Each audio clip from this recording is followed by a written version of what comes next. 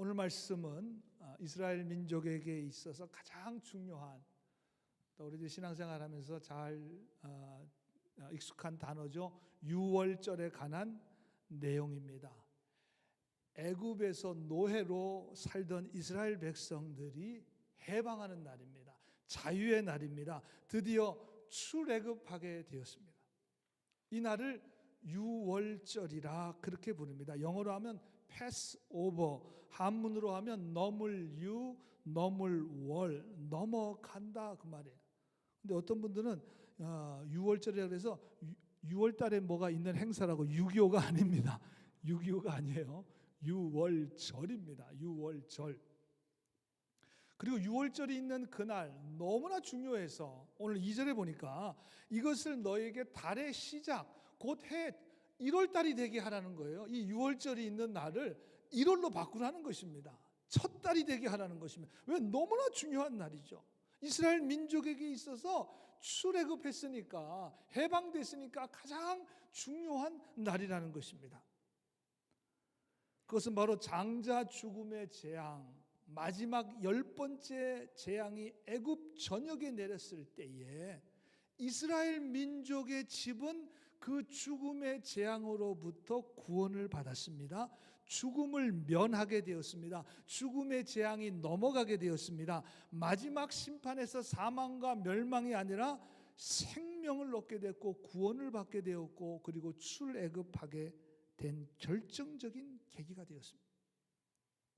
그렇다면 좀 더 구체적으로, 어떻게 그렇다면 이 죽음의 재앙이 넘어가서 구원을 얻게 되었습니까? 무슨 방법과 이유로 죽음의 심판이 유월 넘어가게 되었습니까? 오늘 본문 7절에 보니까 그 피를 양의 먹을 집 좌우 문설주와 임방에 바르고 그랬는데, 지금은 저런 말을 잘 안 써서 우리말 성경에 보니까 집의 문 틀과 양쪽 위에 바르도록 하라는 것입니다. 쉽게 말하면 대문에다 피를 바르라는 거예요.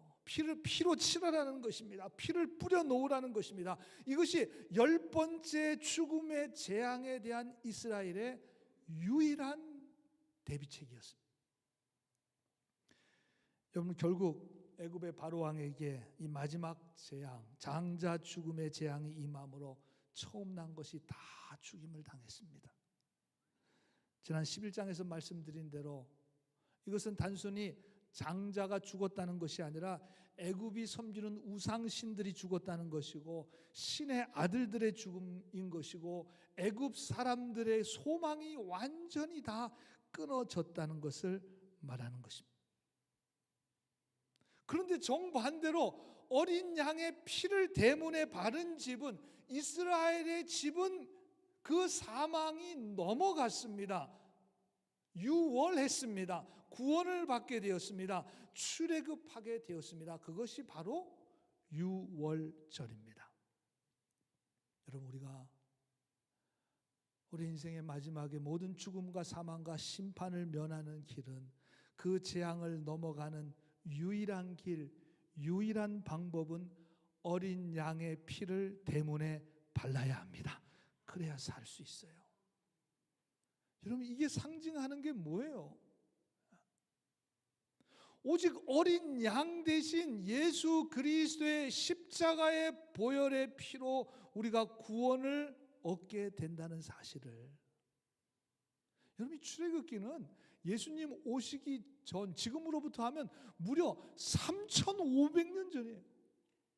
예수님 오시기 1000년보다도 훨씬 더 됐습니다. 오늘 구약의 출애굽기 12장의 말씀을 통해서 분명하게 말씀해 주고 있습니다. 너무나 분명하기 때문에 오늘 본문은 해석할 필요도 없어요. 여러분, 이걸 뭘 해석합니까? 어린 양이 누구예요? 예수 그리스도죠. 그분이 십자가에 피 흘려 죽으심으로 우리가 모든 죄와 사망과 죽음의 권세에서 우리가 구원을 받고 하나님의 자녀가 된 줄로 분명히 믿습니다.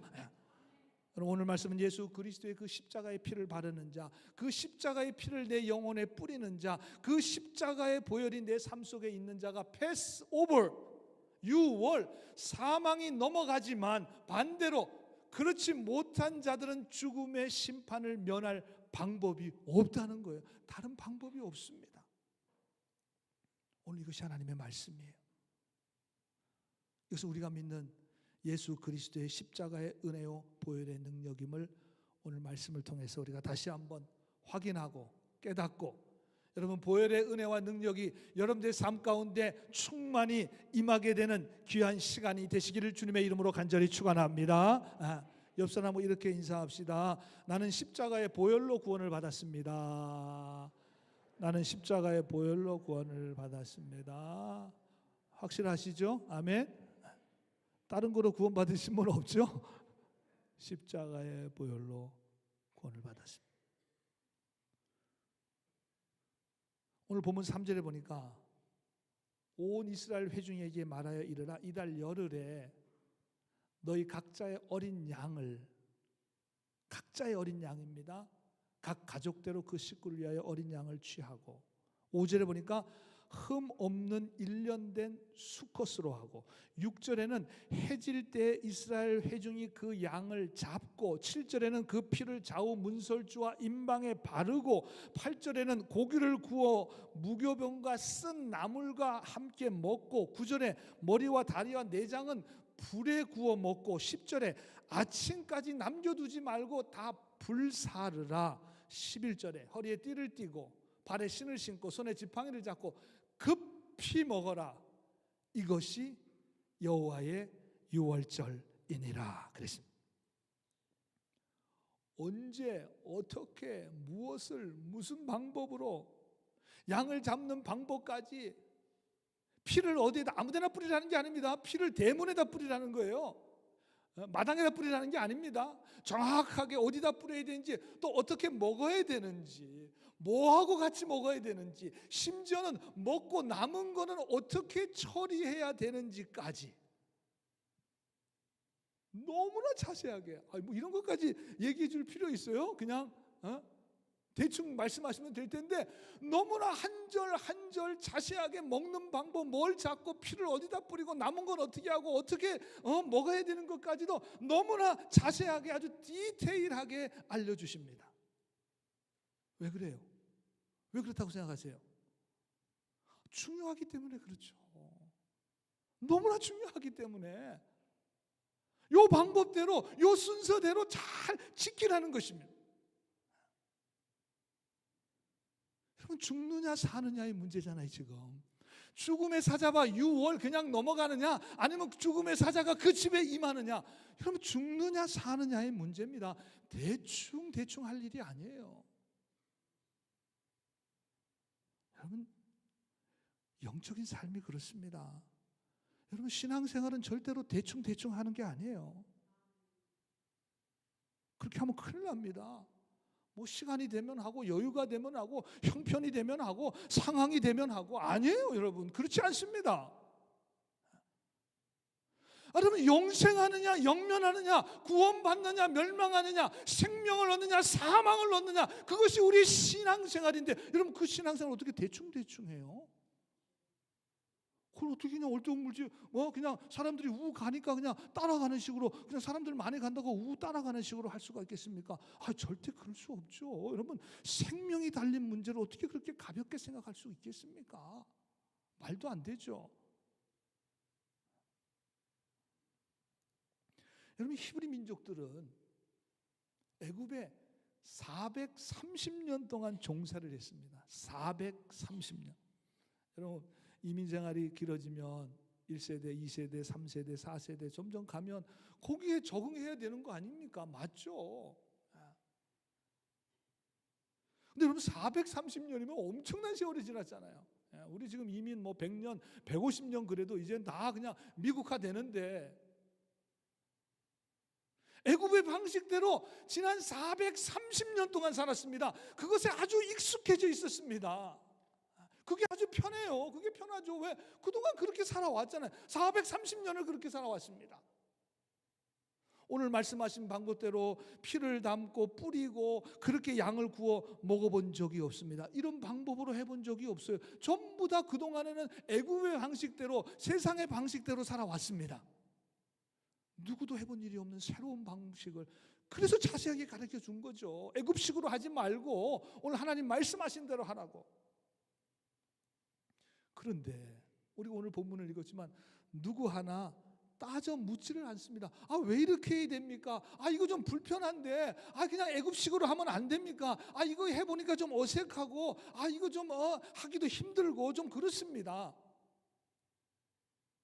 그런 말이 한마디도 오늘 없습니다. 한마디도 없어요. 오늘 읽진 않았지만 12장 28절에 가서 보시면 이스라엘 자손들이 물러가서 그대로 행하여 여호와께서 모세와 아론에게 명령하신 대로 그대로 다 행하니라. 하나님의 말씀에 이유를 붙이지 않았어요. 아, 이거 불편한데요? 지금까지 해본 일이 없는데요? 그러지 않았습니다. 왜? 죽고 사는 문제잖아요. 죽고 사는 문제. 소홀히 할 수 없는 문제. 여러분, 믿음이 약해질 때 나타나는 증상이 있다면 자꾸만 내 머리로, 내 경험으로 자꾸 이해하려고 합니다. 그래서 내가 경험한 거, 내가 생각한 거, 내가 이해되는 것만 받아들이려고 해요. 그래서 우리가 그런 말 많아져. 아, 내 생각에는 그래요. 아, 내가 경험해 보니까 그래요. 내가 지금까지 살아온 인생의 노하우를 가지고 판단해 보니까 그렇습니다. 여러분, 신앙생활하면서 이런 말이 자주 여러분의 입술을 통해서 나오면 그러면 그건 무조건 믿음이 약해지고 있다는 증거예요. 그거 잘 하셔야 돼요. 내가 내 생각에는, 내 판단에는, 내 경험에는. 여러분, 그동안 신앙생활하면서 내가 이해되는 것, 내 생각에 맞는 것, 내가 경험한 것들만 여러분 받아들이셨나요? 그래서 여러분들이 믿음이 강해지셨습니까? 아니에요. 오히려 내가 판단하고 생각하고 내가 경험한 걸로만 이해하려고 할 때 믿어지지 않고 혼란만 없고 의심이 되고 자꾸만 딴 생각이 나요.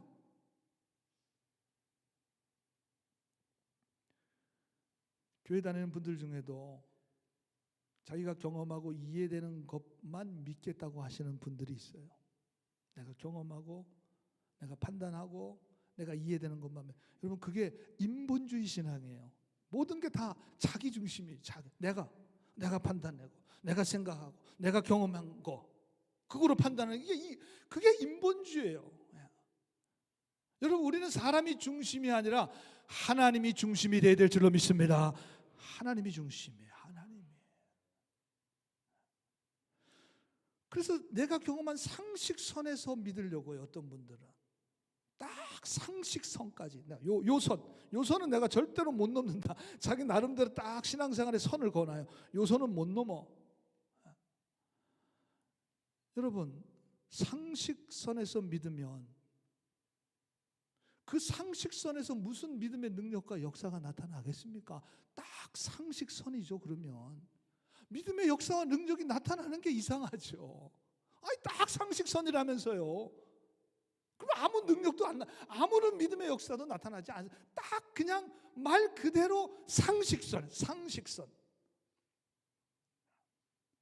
여러분, 신앙과 믿음의 세계는 내 생각과 내 상식으로 이해할 수 있는 영역이 아닙니다. 믿음은 머리로 이해되는 것이 아니라 여러분의 마음과 심령이 하나님의 성령에 사로잡히는 것입니다. 그래서 믿어지는 거예요.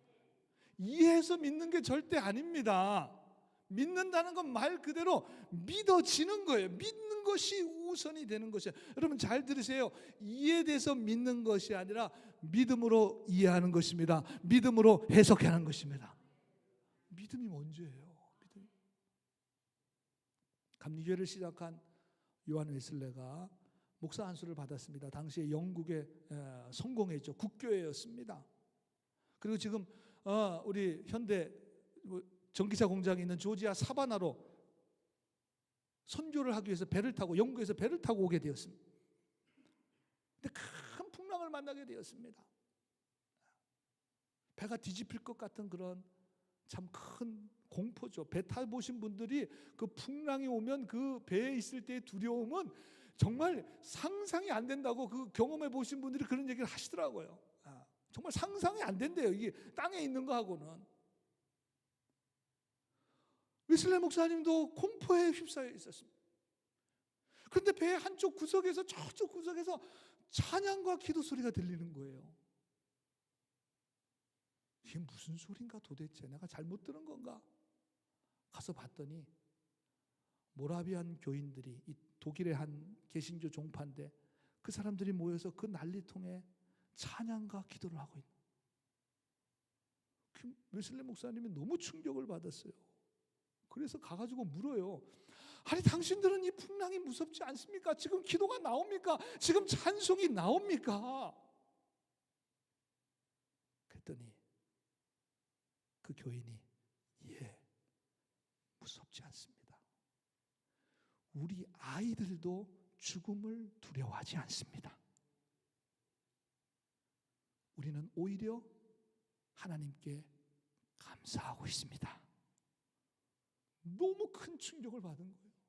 본인은 목사인데 교인들이 모여서 죽음을 두려워하지 않고 찬양과 기도하는 그 광경을 직접 체험하고 이후에 요한 웨슬리 목사님에게 진정한 마음에 뜨거워지는 그런 영적 회심이 이후에 일어나게 되었고, 그 뜨거운 회심의 결과로 우리 감리교회가 그때 요한 웨슬리에 의해서 시작이 되었습니다.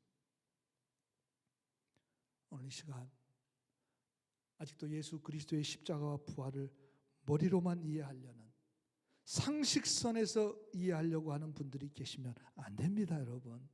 이해할 수도 없고 이해되지도 않습니다.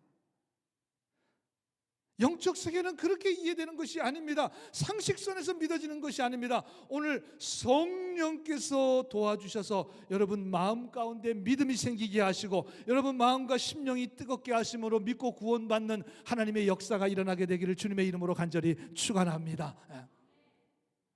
그렇다면 오늘 우리가 이런 질문을 또 하나 해볼 수 있어요. 왜 꼭 어린 양의 피를 대문에 발라야 하나요? 왜 꼭 그 피를 대문에 뿌려야 하나요?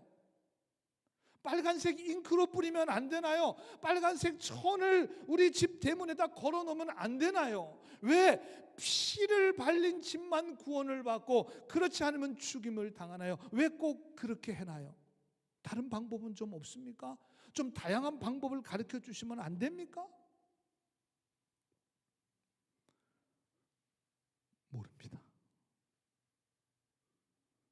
설명 못하면 모른다 그래야죠. 목사가 모든 걸 다 알지 않죠. 몰라요. 저 모릅니다. 정말 몰라요. 그러나 오늘 말씀에서 분명한 사실은 어린 양의 피를 바른 집, 예수 그리스도의 십자가의 보혈을 믿는 사람은 구원을 받았고 그렇지 않은 집은 죽음의 심판을 받았다는 것입니다. 이건 분명해요. 이건 팩트예요. 이건 분명해요.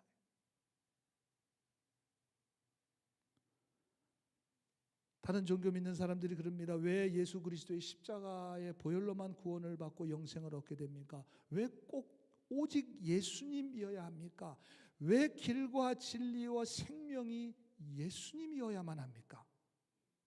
왜 십자가여야 하나요? 다른 종교는 안 되나요? 다른 길은 없나요? 아니 산으로 올라가는 길이 왜 한 길밖에 없나요? 뒤에서 올라가고 앞에서 올라가고 길이 없으면 길을 만들어서 정상으로, 구원의 정상으로 올라가면 되지 않습니까? 아니면 그것도 안 되면 헬기나 비행기로 타고 정상에 올라가는 방법은 없나요? 지금은 스마트폰 시대니까 그냥 유튜브 보는 것만으로 안 되나요? 모릅니다. 몰라요. 그러나 분명한 것은 예수 그리스도의 십자가의 보혈을 믿는 자는 구원과 생명을 얻고 십자가 보혈의 피를 믿지 않는 자는 심판을 받아 멸망을 당한다는 것입니다. 하나님의 말씀인 성경이 그렇게 말씀하고 있기에 여러분 우리가 그렇게 믿고 전부 다 구원을 받은 줄로 믿습니다. 우리가 믿고 구원 받았잖아요. 이건 사실이잖아요. 여러분 믿음은 그래서 경험이나 판단으로 생기는 것이 아닙니다. 믿음은 우리의 경험과 판단을 초월합니다. 그래서 여러분 신앙은 비이성이 아니에요. 여러분 우리가 다 이성적인 사람들이잖아요. 얼마나 똑똑하신 분들 많습니까? 우리는 절대 비이성적인 사람 아닙니다. 초이성적인, 넘어가는 거죠. 우리는 과학을 부정하거나 과학이 잘못됐다고 말하는 사람들이 아닙니다. 비과학이 아니라 그 과학을 뛰어넘어 초과학으로 역사하시는 하나님의 능력을 믿습니다. 비상식이 아니에요. 우리 그리스도인들은 얼마나 점잖으신 분들이에요. 얼마나 상식적인 분들이십니까? 우리는 비상식적인 사람들은 아닙니다. 초상식이에요. 말로 설명이 되고 이해되는 것이 믿어지는 것이 아닙니다. 그래서 믿음은 영적인 신비예요. 믿어지는 거죠. 내 안에 믿음이 들어오는 거예요. 여러분 한번 생각해 보세요. 예수 믿는 사람들은 2000년 전입니다. 여러분 50년 전도 아니고 100년 전도 아니고 무려 2000년 전에 예수님께서 나를 위해서 십자가에서 보혈의 피를 흘려주셨음을 믿고 우리가 구원을 받았음을 분명히 믿습니다. 우리는 그렇게 믿잖아요. 그래서 지난주일에 십자가 부활의 능력을 우리가 함께 찬양하고 영광 돌리고 하나님 앞에 감사와 찬양과 영광을 올려드렸습니다. 우리는 안 믿어지는 게 이상하잖아요. 이걸 왜 못 믿어? 아니 2000년 전에 예수님께서 우리 인류의 죄를 위해서 십자가에 피 흘려 죽으셨다는 사실, 아니 이걸 왜 못 믿어? 우리는 믿어지니까. 그럼 여러분 반대로 한번 생각해 보세요. 2000년 전에 십자가에서 피 흘려 주신 분이 무려 2000년 전입니다. 그분이 나와 무슨 상관이에요?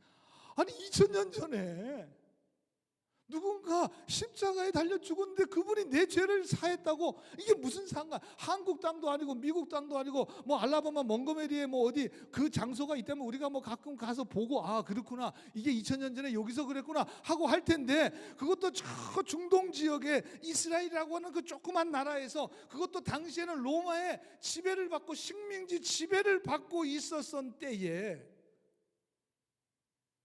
예수님이라는 분이 우리의 죄를, 내 죄를 사하기 위해서 십자가에 피 흘려 죽으셨다? 이걸 믿으라고? 이걸 믿으라고? 이걸? 이게 말이 됩니까? 믿어지지 않는 것이 지극히 정상이라고 생각을 하고, 예수 믿는 사람들이 이상하다고 생각해요. 믿어지는 사람들이 이상하다고 생각하면 그렇죠. 맞습니다. 여러분 이해되시잖아요. 여러분도 예수 믿기 전에 그러셨잖아요. 그러셨잖아요. 완전히 다른 거예요. 완전히. 믿음의 세계는 완전히 다른 것입니다. 그래서 사도 바울이 이 문제에 대해서 정확하게 말씀해 주셨어요. 너무나 정확하게 말씀해 주셨어요. 고린도전서 1장 18절에 우리 다 같이 함께 읽겠습니다. 시작. 십자가의 도가 멸망하는 자들에게는 미련한 것이요 구원을 받는 우리에게는 하나님의 능력이라. 아멘. 여러분 똑같은 십자가인데, 똑같이 예수 그리스도께서 십자가에서 보혈의 피를 흘려주셨는데 어떤 사람들에게는 미련한 거예요. 쓸데없는 겁니다. 아무 소용없는 거예요. 그게 나랑 무슨 상관이야? 미련한 거예요. 너무나 미련한 거죠. 2000년 전에 일어났다는 사실을 진짜 믿는단 말이야? 이건 미련한 거죠. 미련한 거죠.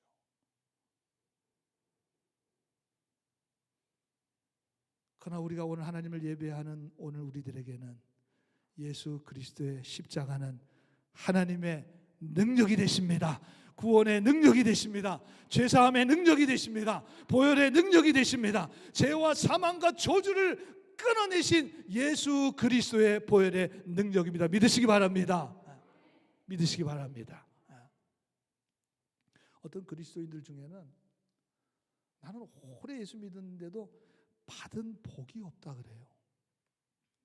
난 예수 오래 믿었는데도, 어려서부터 믿었는데도, 난 예수 믿고 교회 다니고 신앙생활하고 나서부터 받은 복이 없어. 받은 복이 없어. 여러분 정말 그렇습니까? 여러분 예수 믿어도 받은 축복이 정말 하나도 없습니까? 여러분 한번 생각해 보세요. 고개를 끄덕거리시는 분이 계시네. 없다 그 말이죠. 생각해 보세요. 있는지 없는지 한번. 아니 여러분, 교회 다니면서 신앙생활하면서 하나님을 믿으면서 도대체 뭘 원하고 바라고 믿었길래 받은 복이 없다 그래요? 뭘 원하고 뭘 바라보고 믿었길래 받은 복이 없다는 얘기가 나옵니까? 생각해 보세요.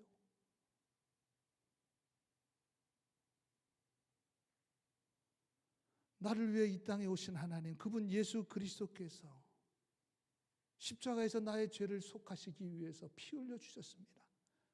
내 죄를 위해서 죽어 주셨습니다.